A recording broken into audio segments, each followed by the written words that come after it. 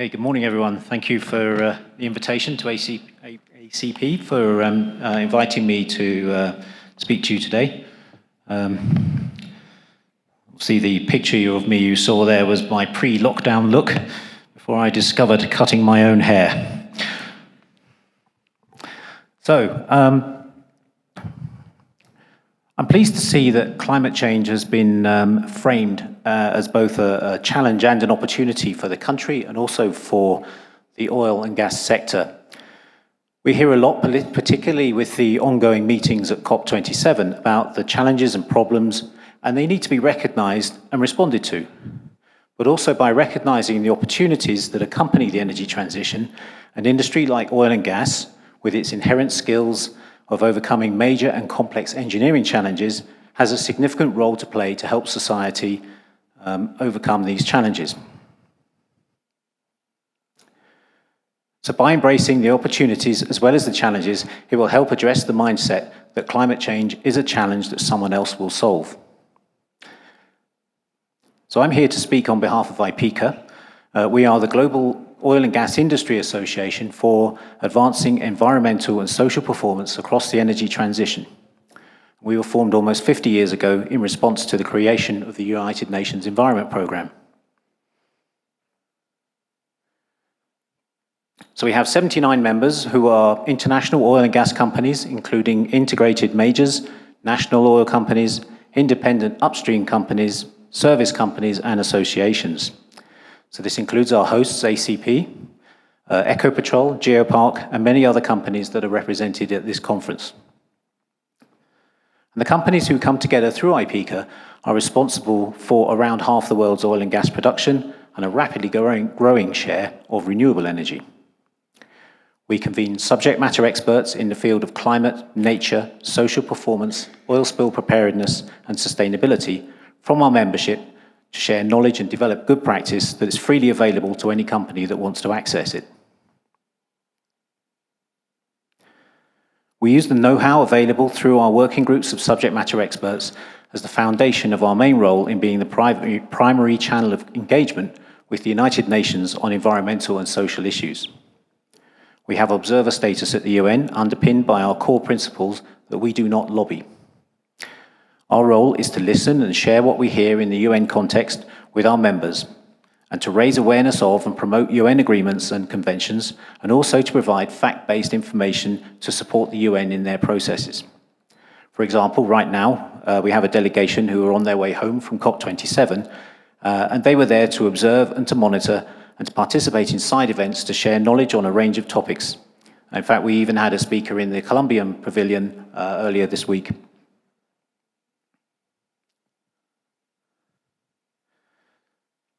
So with all that in mind, this is just to give you an outline of the direction this presentation is going to go in. I'm hoping to provide a global perspective. This doesn't mean I know everything that's happening everywhere in the world, but I hope that by looking at the issues from the altitude of a global perspective, it can provide some insight. And I'll look at challenges and opportunities for countries, and then how it relates to the oil and gas industry, and then how the industry works together through an association like IPIECA.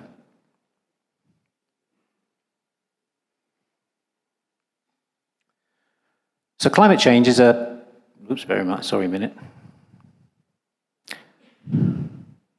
Climate change is a challenge and an opportunity for all of us. All sectors of society have got a role to play in responding to the challenge and the opportunity, and no one entity or sector can achieve it on its own. So looking at mitigation or emissions, we do need to slow down and reverse the growth in emissions from all sources. Global average CO2 emissions in the atmosphere has reached over 415 parts per million, and this is the primary cause of warming. Emissions are still rising, according to the Intergovernmental Panel on Climate Change, and are predicted to be over 37 billion tonnes of CO2 equivalent in 2022. The current policies in place around the world mean that we're currently on course for about 2.5 degrees at least of a rise above pre-industrial levels. And we're currently at 1.1 degrees, and we're seeing and experiencing more frequent and uncertain extreme weather events and impacts on diversity. An example of this is this summer, believe it or not, the temperature in London on a couple of days went over 40 degrees C. That has never happened before. It brought the country to a halt because none of our infrastructure is geared up for that sort of weather. So this means the world also needs to address adaptation and build resilience. Extreme weather events affecting us or are affecting us already, and the costs to economies of the consequences of these extremes is significant. Putting in place the infrastructure necessary to prevent or minimize further loss is vital. And it requires significant finance to make it happen, requiring international collaboration on an unprecedented scale. And a key response to mitigate against climate change is the energy transition. It's the recognition that production and use of energy is a significant contributor to man-made increase in greenhouse gases in the atmosphere. And this means we need to rewire the global energy system to a net zero future. And this is, of course, a massive undertaking that will take a long time, regardless of the technologies selected. There are over 66,000 power stations around the world, and the global car population is growing from 1 billion to 2 billion by 2050. Just bear that in mind, 1 billion to 2 billion. The current capacity of the car industry is 65 million cars a year. And of that 65 million, 7 million sold in 2021 were electric. So you get an idea of, you do all the maths, you get an idea of how long the energy transition just on that side of things is likely to take. We're also seeing in Europe the importance of energy security and the concerns that arise if supplies are disrupted. And it looks like this may lead to an acceleration of the energy transition in the medium term, but the disruption is happening now, and the alternative sources of energy will take time to bring on stream. So it's important to recognize that the energy transition is going to take time. It requires the coexistence and management of both fossil fuel and clean energy systems. So this means that as well as investing in low or no carbon energy, it's vital to ensure that investment flows into oil and gas to meet whatever demand there is as the energy transition progresses is there necessary. And so it will end up that both oil and gas is a stable and secure source of energy to meet the needs that it has.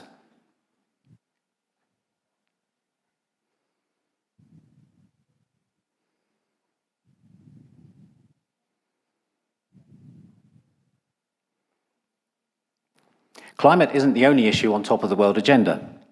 These days, there seems to be... Sorry, my iPad is playing silly games.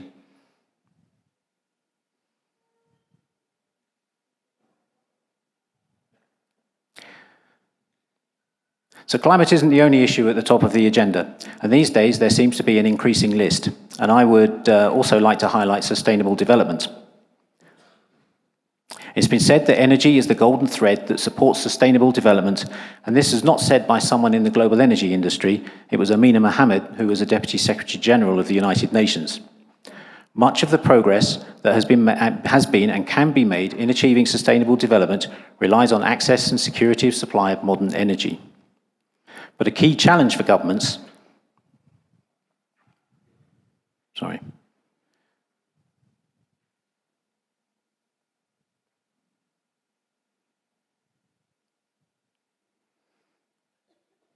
But a key challenge for governments is that many of the aims of sustainable development, environmental, social and economic, can be conflicting and will inevitably lead to trade-offs.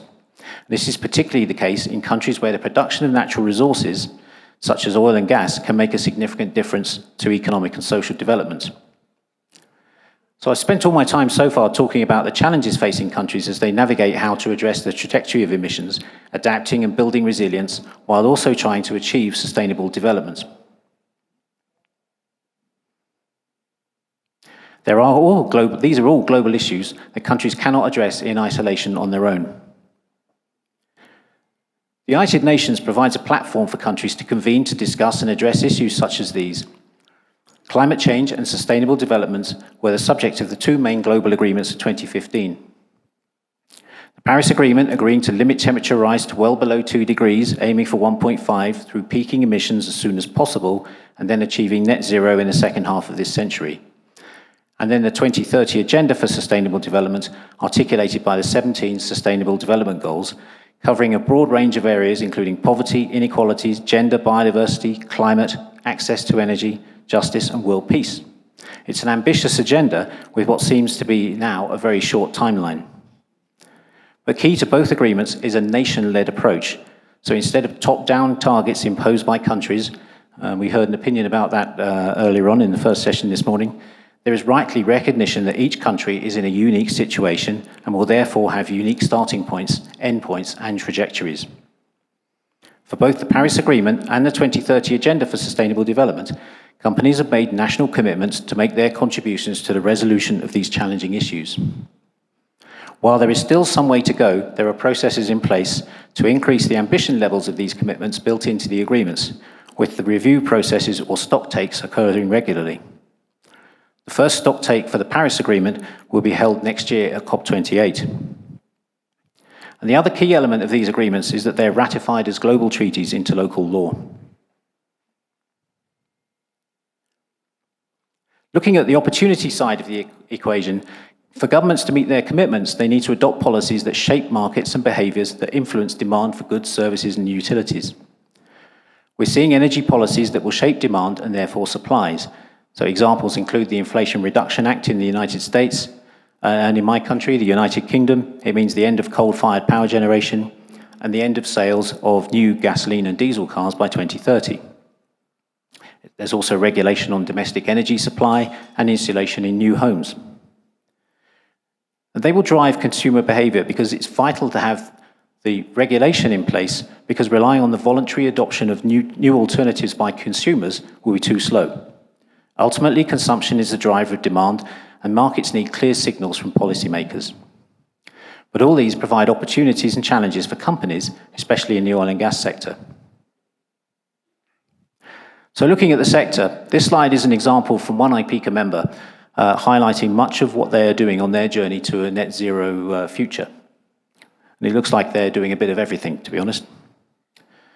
The oil and gas industry has a key role to play into responding to the changing policies with investment to meet the demand arising from the resulting changes in consumption. Since around 85% of the emissions associated with energy and mobility arise from the use of fossil fuels, it's important for the industry to step up and to help to reduce emissions associated with the use of energy and mobility. This can take the form of supporting increasing electrification of the energy system. Companies have been increasingly investing in renewable energy businesses. IPIECA members have publicly stated plans to invest in well over 200 gigawatts of additional renewables capacity by 2030, and this number, if anything, is trending upwards. And gas as a replacement for coal has already avoided significant emissions and will continue to do so.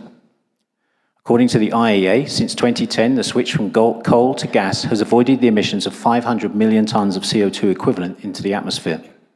That's the equivalent of 200 million renewably charged electric cars over the same period. Bear that in mind, compare that to the 7 million electric cars sold last year. And since 96% of emissions from transport come from oil and gas, low carbon mobility is another area of opportunity. And much of this will be enabled by electrification and the measures I've just mentioned. Companies are also investing heavily in electric vehicle charging infrastructure. And the integrated oil companies and IPIECA's membership have extensive international retail networks that enable this, and we're seeing gas stations being repurposed as electric vehicles chargers. Hydrogen is another area of opportunity. The industry has know-how and expertise in handling and transporting volatile gases, and companies are investing in blue and green hydrogen technology with potential markets in harder-to-abate transport and domestic heating. And if end-use emissions can't be avoided and the circumstances allow, then carbon capture, use and storage is another area of opportunity. The oil and gas sector has experience in this area through its use in enhanced oil recovery, and the number of dedicated CCS sites around the world is increasing rapidly.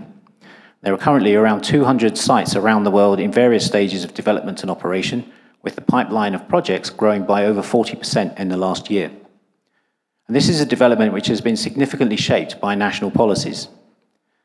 The technology can be applied to power generation in locations where the transport to sinks of carbon is possible. Likewise, it can be applied to hard-to-abate industries such as steel. And it works particularly well in industrial hubs, and there are some great examples being developed around the world. In fact, according to a recent Wood Mackenzie report, most of the growth in CCUS is coming in from hubs. Turning to the 15% of emissions arising from production and distribution of oil and gas, there's clearly a huge ongoing effort to reduce emissions from operations. So just as for all of us, energy efficiency is the most immediate and cost-efficient way to reduce emissions, according to the IEA, expected energy efficiency improvements will cut energy intensity by 5% by 2030. Eliminating routine flaring is another major contributor to emissions reduction, and the top 10 IPIECA members have cut their absolute emissions from flaring by 30% since 2017. And IPIECA and many of the members, including Ecopetrol, are supporters and endorsers of the World Bank's Zero Routine Flaring by 2030 initiative. Eliminating methane emissions is another area of focus, given the high potency of methane as a greenhouse gas. There's a huge amount of industry collaboration in this area. We at IPIECA recently mapped all the major initiatives and identified over 140 cross-industry or cross-sector projects looking across the spectrum from detection, repair, technology, reporting and disclosure. This is in addition to projects companies are doing individually.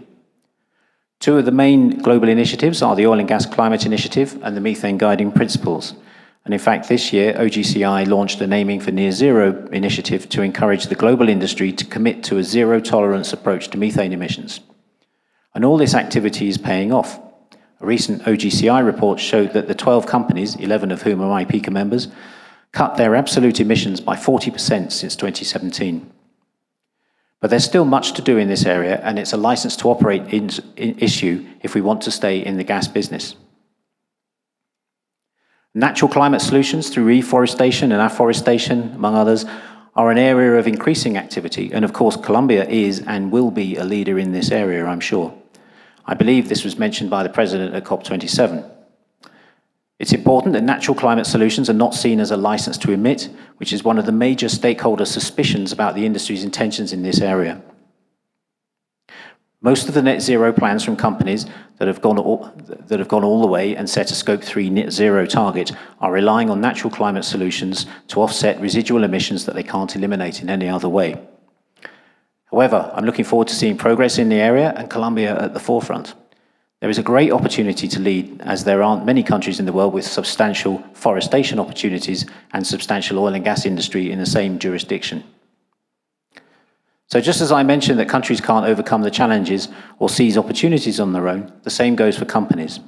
And I've alluded to some examples of collaboration just now, and if you don't mind, I'll just highlight how collaboration works using my organisation, IPIECA, as an example. So you've heard from me about the countries coming together through the platform of the UN and how this influences policymakers. And the IPIECA principles that you can see here are a condition of membership of IPIECA. They were introduced this year, but they place industry, environmental and social practice in the context of the major UN agreements. 4 of the 8 principles express our support for key UN agreements, including Paris and the 2030 Agenda for Sustainable Development, and also the Convention for Biological Diversity and the UN Guiding Principles for Business and Human Rights. The energy transition is at the heart of what we do together as a community of companies and associations, and it's even in our strategic vision. And beyond the words in our vision, we have work streams that apply the breadth of IPIECA's environmental and social scope to support our members in their response to the challenges and opportunities. Our climate work stream includes a net zero emissions task force. Some 35 out of the 47 companies that are members of IPIECA have a net zero aim. Like the nationally determined contributions from countries, there is a diversity that reflects the individual context of the respective companies. Our environment stream is leading on natural climate solutions, and we've just published some good practice guidance in partnership with the Oil and Gas Climate Initiative that focuses on carbon elements of biodiversity management around operations. And this is the first in a series of guidance in this area.